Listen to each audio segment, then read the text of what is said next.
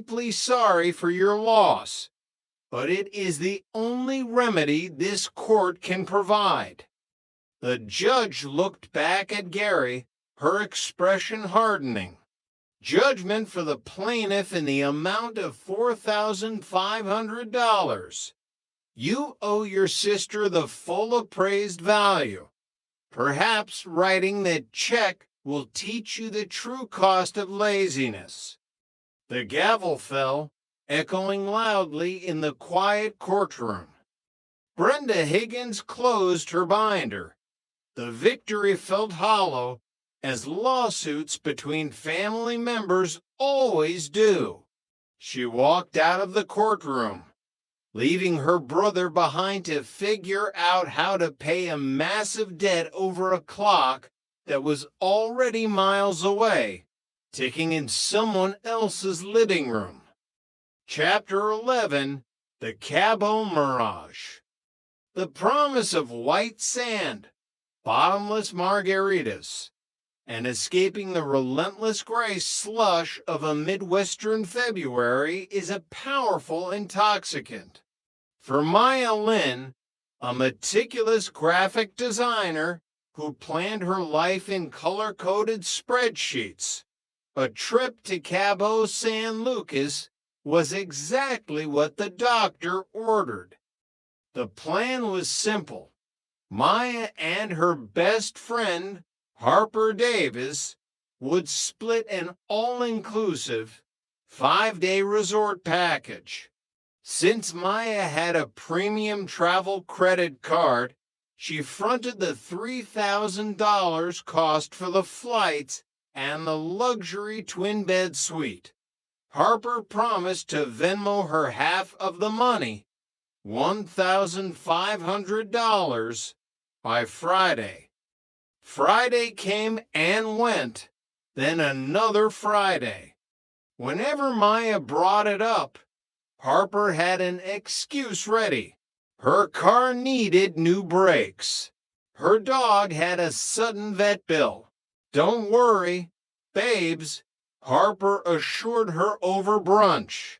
"I'll get it to you before we fly out. Promise." Maya, valuing the friendship over the awkwardness of demanding a debt, let it slide. They bought matching swimsuits. They shared itineraries. But 48 hours before their flight was scheduled to depart, the illusion shattered. Maya was sitting on her suitcase, trying to zip it shut, when her phone buzzed. It was a text from Harper. "Maya, I am so sorry. I can't go to Cabo. Jack's invited me to go camping in the Red River Gorge this weekend. It's getting serious between us, and I can't say no. Have a margarita for me. Love you." Maya stared at the screen, her vision going red. Jax was a bartender Harper had been dating for exactly 3 weeks. Harper was abandoning a $3,000 luxury vacation to sleep in a muddy tent with a virtual stranger. Maya called her immediately. "Harper, what are you talking about?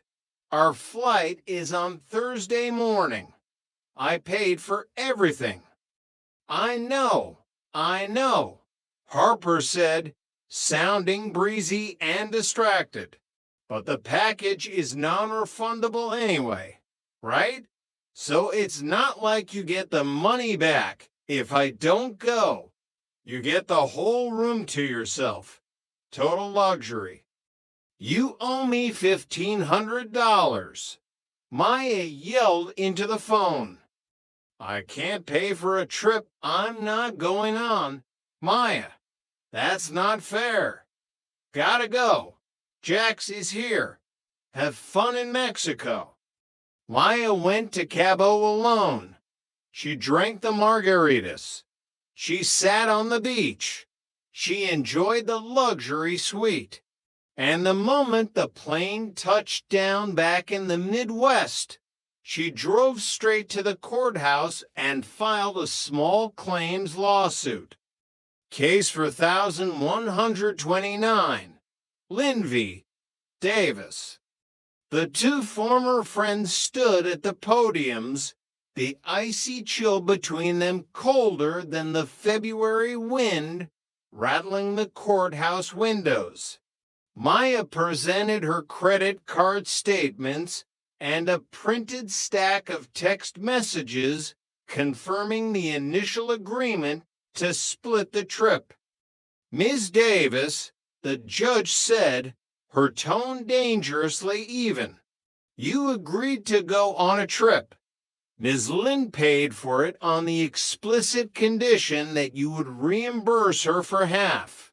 You canceled 2 days before the flight to go camping with a man you had known for 21 days.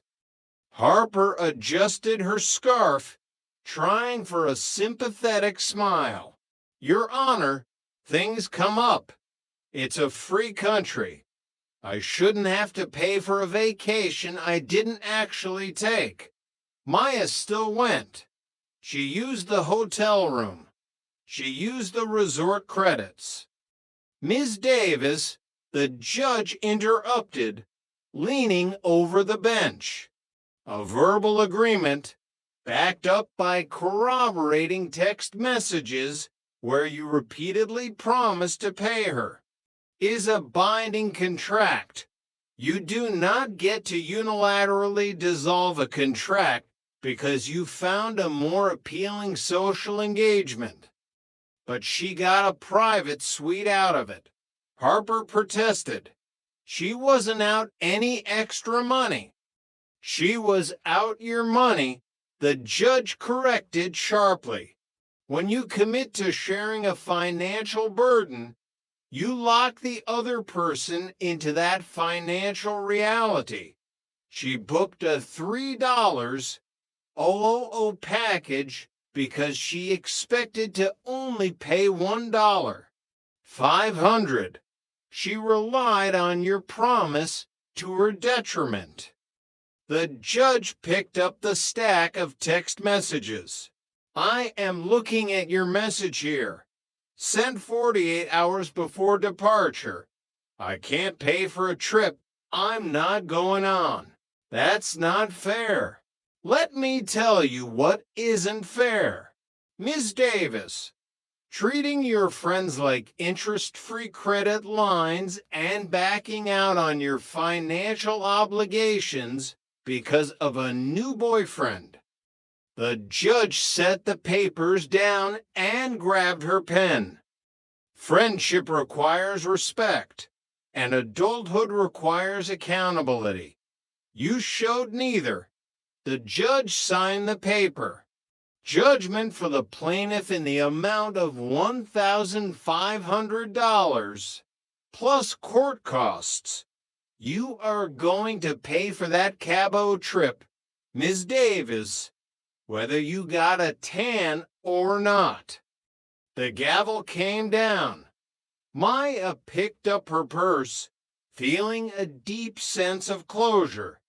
The friendship was over, dead and buried in the sands of Mexico, but the debt was finally settled. Chapter 12, Blurred Lines. Memories are fragile things. We rely on photographs to anchor them to reality, to prove that we were there, that we were young, and that we celebrated. For David and Elena Rostova, their 10th wedding anniversary was a milestone that demanded capturing. They rented out the back room of an upscale Italian restaurant, invited 50 of their closest friends and family, and hired Trent Calloway to document the evening. Trent's website was a minimalist masterpiece featuring sweeping landscapes, moody lighting, and the tagline, capturing the unseen soul of the moment. He charged $800 for 4 hours of event photography, requiring a